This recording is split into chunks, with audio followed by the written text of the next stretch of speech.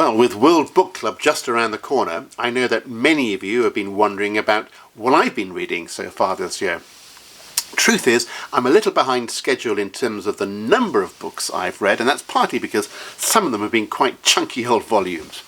Anyway, I've started with The Word by John Barton, which is a history of the translation of the Bible. I know, sounds very dull and academic, but actually it's fascinating to find out how words have changed their meaning over the years, or going back to primary sources, and the issues of lost in translation. A really, really clever book. Found that fascinating.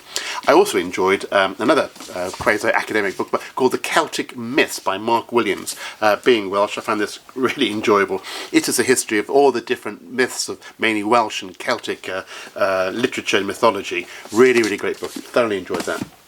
Oh, I also enjoyed this too. Colin Thurbrand's travel writing is superb, and this on the Amur River, an area I knew almost nothing about, is extraordinary. An old elderly man in his late 70s, travelling almost alone most of the time on the river that separates, acts almost as a border between China and Russia, on its way to the Pacific. What an extraordinary tale. I also whizzed through The Message Machine by my mate Jag Singh. It's a book about how communications will make you a better leader or a better founder. It's principally aimed at startup founders and leaders, but actually I think it's got great messages for lots of communication experts, for leaders and many businesses. Now, this is what took a lot of time of my reading. Really enjoyed it. It's a biography by Kieran Pitt of Joseph Roth. Now, Joseph Roth was one of the most important writers of the 20s and 30s. His life kind of spans the decline of the Austro-Hungarian Empire, and he was a friend of Stefan Zweig, amongst other people. And fascinating book. Roth, not Pym, drank himself to death at the age of 43, which is quite an achievement, but a great book. I've also been dipping into a chapter a week of the Manuscripts Club, which is a history of not so much a history, it's a tale of all the individual collectors who search the world looking for ancient manuscripts. Great book, great tale, lots of great pictures, great book to have around. And what am I currently reading?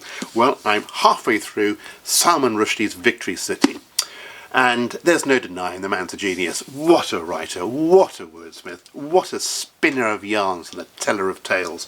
It's a lovely book. It's a sort of book that you want to be read to whilst you're tucked up in bed. 1001 Nights, that sort of thing. It's mythology. Obviously there's multi-layers of similes, metaphors, allegories, but it's a great tale to be told.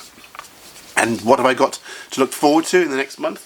Well, I've got George Saunders' collection of short stories. I've got The Heroines by Laura Shepperson. In fact, I've got a signed copy of that. I've also got a book on 20th century music seen through the eyes of women. This is by Kate Mollison, Sound Within Sound, given to me by my daughter to read. And finally, if any of you like The Cure, the band, I don't, I've never really followed them, but my friend Tom is a photographer, and he's taken all these, he's a professional photographer, and he's published a book of his photographs of said band. So if you're into books of great photographs of the Cure, a cracking coffee table book for you. And finally, I think I've told you before that it's actually the anniversary of an independent bookshop opening up where I live, and it's marvellous, it's transformational. So I just go down there and I buy a book. I go down there and I give them the name and a title of a book. Next day my phone goes, the book's in, so I go and buy it. It's marvellous, and I think we should all support wherever we can our independent bookshops, because reading is what makes us who we are. So whatever you do, keep reading and keep buying them for your local independent bookshop.